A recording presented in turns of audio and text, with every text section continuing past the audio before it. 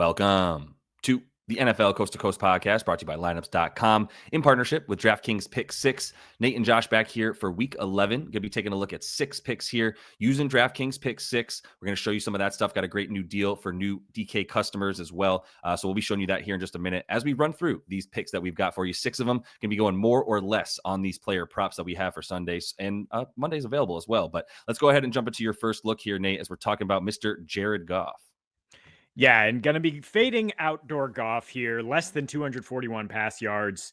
Did he dispel the old narrative that he can't play in outdoor games, or did he beat up on Cincy and Washington in 2 of his last 3 outdoors? It was also 81 degrees in Cincinnati. I will remind you, we're looking at 49 and a bit windy here in Philly. I will remind you, Jared Goff, 60% completion rate in games 50 degrees or less. Not a ton of yardage as well. And the other outdoor games this year at Green Bay, Baltimore, and KC, I will remind you, championship level teams, 6.5 yards per attempt, 210 per game. This Eagles D is back to being championship caliber. We all saw Monday night. I know people complain about a lack of offense. I thought it was just impressive to watch that Vic Fangio has the pieces once again, and he's one of the very best at pulling the right punches and absolutely flustered Jordan Love, who for my money is more mobile, is more accurate, is more athletic than Jared Goff, definitely. You look at Goff, who 2 weeks ago, when the Vikings got him off his spot, he just completely crumbled. I know he got his yardage there in garbage time, but I don't think it's going to be the case here for the Eagles D, letting them back in the game. I mean, we're talking about a defense that has the 3rd best opponent completion percentage on the season, but it's not really about season stats. It's about recent. And I mean, we have 1 game sample out of the bye where they added 2 corners, added Jalen Phillips, got dudes healthy, Nakobe Dean looking great. And that Lions O-line is banged up, so Goff's going to be under pressure. On the other side, it is related. Can the Eagles possess the ball? Can they hold on to it? They did improve to the 7th best 3rd down conversion.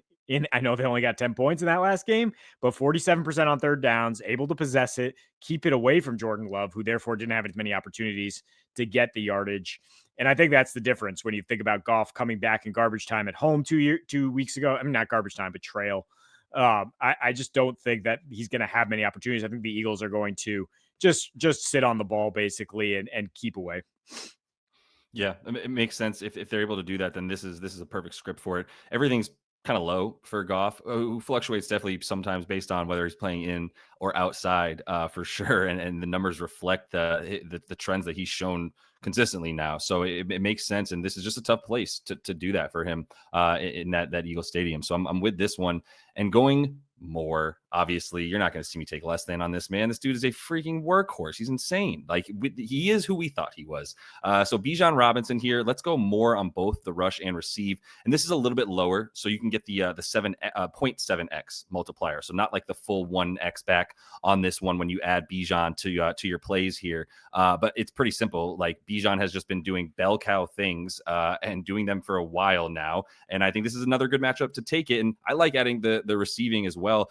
If you want to get it to like the full bundle, it's actually like 118.5. So it's a pretty good discount without losing too much juice here as an added leg, like you're saying here. And like, I think we're just going to keep him in this role where it's like he is being played out into the slot actually at times as a receiver. It's partly why I like adding the receiving. But more than anything, he's on the field the whole time. His snap count somehow just continued to go up. He had like his highest one and his highest opportunity share last week. And if you look at Carolina's defense, like they've had some nice numbers in some pretty easy spots when it comes to their rushing defense. They've also given up some pretty big numbers as well, as we've seen, including now to whatever is left of Alvin Kamara, who doesn't even really seem like he's trying on the season, who put up 115 on them in terms of the rush received. So like Bijan's at the height of his powers. He is not Alvin Kamara right now. I would say that we're getting a decently depressed line. Like there's no number that would have surprised me that they would have given us for this, the rush and receive combined. But I think we're getting a little bit of a good look here, because the last time he was at home, he had a dud versus Miami. And since then, it's just obviously gone off. And this just looked incredible when he's played in this Falcon Stadium, including like game 1 of the season when he led the game in receiving yards alone. So he's going to get the opportunity share. It's just not even a question. And this is a really nice number to add at a reduced price. Yeah, so you're saying more on 35 receiving yards looks better than 75 rushing yards the way he's deployed. it definitely makes sense. I mean, when you see Yeah, Tyler Algier taking all that rushing usage and then he splits out kind of the same way with Christian McCaffrey at San Francisco, it's kind of trending that way, right? Where yeah, they might just use Brian Robinson as a downhill right. guy. But yeah, I'm fully on board with this as like the safest part of your pick set here, is just getting that .7 multiplier. Like I would be floored if he doesn't get 100 scrimmage yards against this Panthers team that is just overrated. Now going on the road, gonna get some revenge after beating this team 30 to nothing 30 earlier in the nothing. season. Yeah. Yeah, and by the way, Bijan had what, a average 5.5 yards per carry in that game. Like, Yeah, yeah, and the reason I like the receiving the more is actually the 35.5 number is partly because he only had like 2 receptions, I think, last week in yeah, that game across the pond there. So, yeah, I think I know it's in Germany, but it's still across a pond. Okay, I know you usually say that mm, for London. yeah, Either way, yeah, that's going to help this number stay lower for us. So, yeah. All right. Well, looking at my second pick, it's Jordan Addison, 48.5 receiving yards. I also like Justin Jefferson, which, does kind of indicate I like JJ McCarthy in this passing game. But I mean, he only throws to two dudes. I know Jalen Naylor went off last week, but these two dudes, Addison and Jefferson, had insane amounts of unrealized air yards. We're now looking at 100 plus air yards in both of his starts with JJ at the helm for Addison. He ran 100% of the routes last week and had 11 targets. And what only goes under 30 yards? I don't even know the exact number, but that's why you're getting such a nice price here. I mean, 48 and a half versus Jefferson at 71 to 73. It's been fluctuating. I don't hate it because I think both guys can roast this Bears secondary, but it's a pretty even target distribution between the two. And Addison sees less attention because he's not a Justin Jefferson. And yeah, I think both can have success. I mean, the Bears are 27th in DVOA, 21st in EPA as a secondary. On the road, they allow the most yards per attempt, though, more than even the Washington Commanders. And they also allow the second highest passer rating, 118. Their pass rush has been pretty non-existent, so JJ has been struggling with that. McCarthy, that is, and I think at home with Kevin O'Connell calling the shots here, he's going to be able to air it out and get both these receivers going. yeah, yeah, it makes sense. It seems like it's almost like painting you to say something nice about JJ McCarthy, but you're more just say like he's got two guys. They're both excellent wide receivers, and this dude's number is still low enough for me to like it. So with you on that, let's take a quick minute to let you guys know about DK Pick6 here. Our partners at DraftKings Pick6 have a deal you don't want to miss. New DraftKings customers, this one is for you. When you play $5 or more on your first paid Pick6 entry, you'll get $50 in Pick6 credits. That's right, play $5, get 50 in Pick6 credits to lock in your picks and take your shot at big wins. Just use our link to sign up and start playing. If you have been thinking about trying Pick6, now is the time to get in. Just use the link in the bio to sign up, and all new DraftKings customers can play $5 and get $50 in Pick6 credits. Let's build some lineups. If you do have a gambling problem, call 1-800-GAMBLER. Help is available for problem gambling. Call 1-888-789-7777 or visit ccpg.org in Connecticut. Must be 18 plus age and eligibility. Restrictions vary by jurisdiction. Pick6 not available everywhere, including New York and Ontario. Void where prohibited. One per new customer. Bonus awarded as non-withdrawable Pick6 credits that expire in 14 days. Ends December 2nd, 2025 at 11:59 p.m. Eastern. Terms at pick6.draftkings.com/promos. Chase Brown going up against the Steelers this week. Rushing yards are about 52.5. I think we go less than on that against this Steelers squad.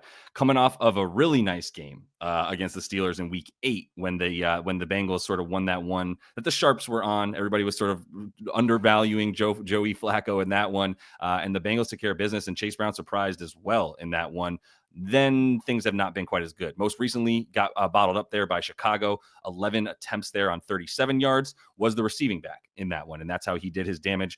Might do it here as well. The Steelers are somewhat susceptible to giving up the receiving to him. But I mean, we've even seen Samaje Perine take rushing opportunity from Chase Brown at this point. So I think like roughly 11 carries is probably a reasonable expectation for his attempts there. And as a result, like I don't like him to get 5 yards per carry against this Steelers defense, something he definitely did in the last one. And I would just be surprised, more than surprised, if he was able to do that in this one. The Steelers are allowing the lowest percentage of their yards via the rush when they play at home, 22%. That defense just really bottles things up at that point. And overall, I mean, they're still third best, 3.5 yards per carry that they're allowing there. So I think this is a good spot for Chase Brown to have an underwhelming performance. And if the Bengals do intend to repeat any kind of performance from last time, then Joey Flacco is going to have to do some stuff through the air.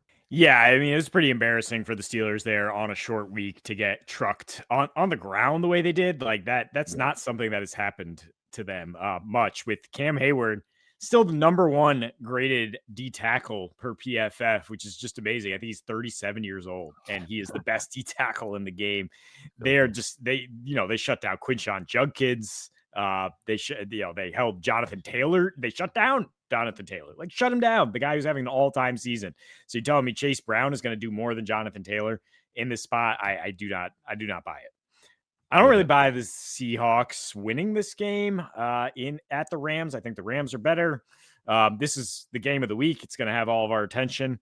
I know I lean towards fading JSN at 101 yards, going less than on that. That's pretty insane. But he is there's definitely a world where he goes for 130, 150, and Sam Darnold still has less than 252 yards because he has been accounting for all the air yards, all the production has JSN.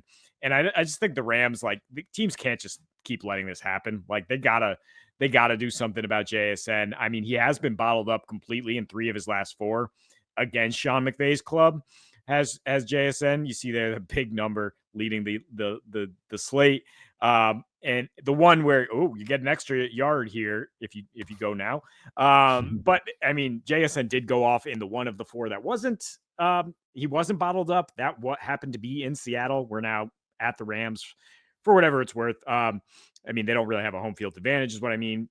He's going to get Kobe Durant, who's been pretty good, 10th best quarterback rating on the season here. The Rams are allowing the 6th lowest yards per attempt, so that air yard shot that Sam has been getting leads the league in air yards and yards per completion, all that stuff downfield.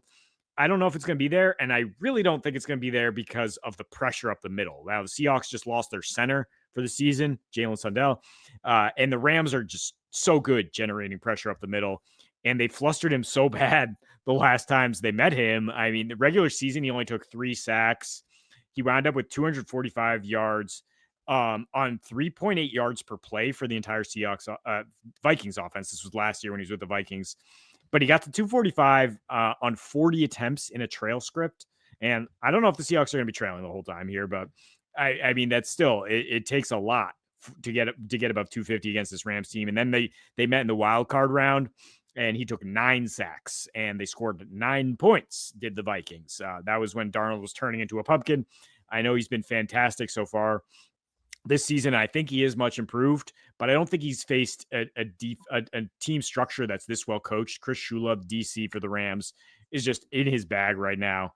And they have just such good personnel up front. They're so athletic that it's going to be tough for Darnold to have a great day. Yeah, I think it's a good look. And it's interesting because I took this last week at pretty much the same number here. And it was different reason, but similar logic where like it was against the Cardinals. Didn't think that it was going to be a very close game. They doubled up the Cardinals.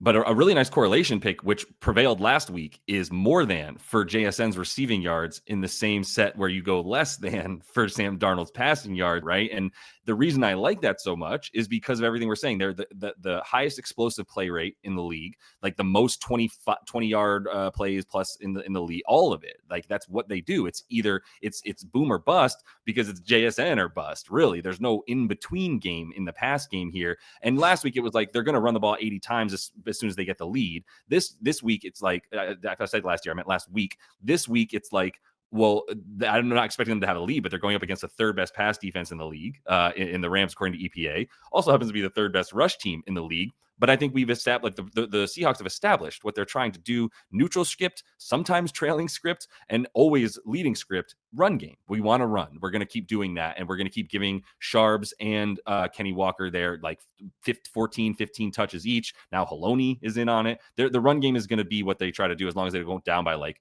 30 points or whatever. All right, moving on to my last look here. Going with Lamar, talking about the past tutties for Lamar, going more than that on 1.5. We're talking about a Browns defense that's still really, really good against the run. Number 1, according to EPA. And I do think that they're going to be considerably better against this Ravens team when it comes to the run than we've seen the Ravens against a couple opponents since Lamar's been back, or at least one of them. But I do think that the touchdowns probably going to have to come through the air when you look at the way that the Browns have given up their scores. 80% of their opponents' TDs have come through the air. That's number one, or number 32, however you want to look at it, in the league. It's the most in the NFL.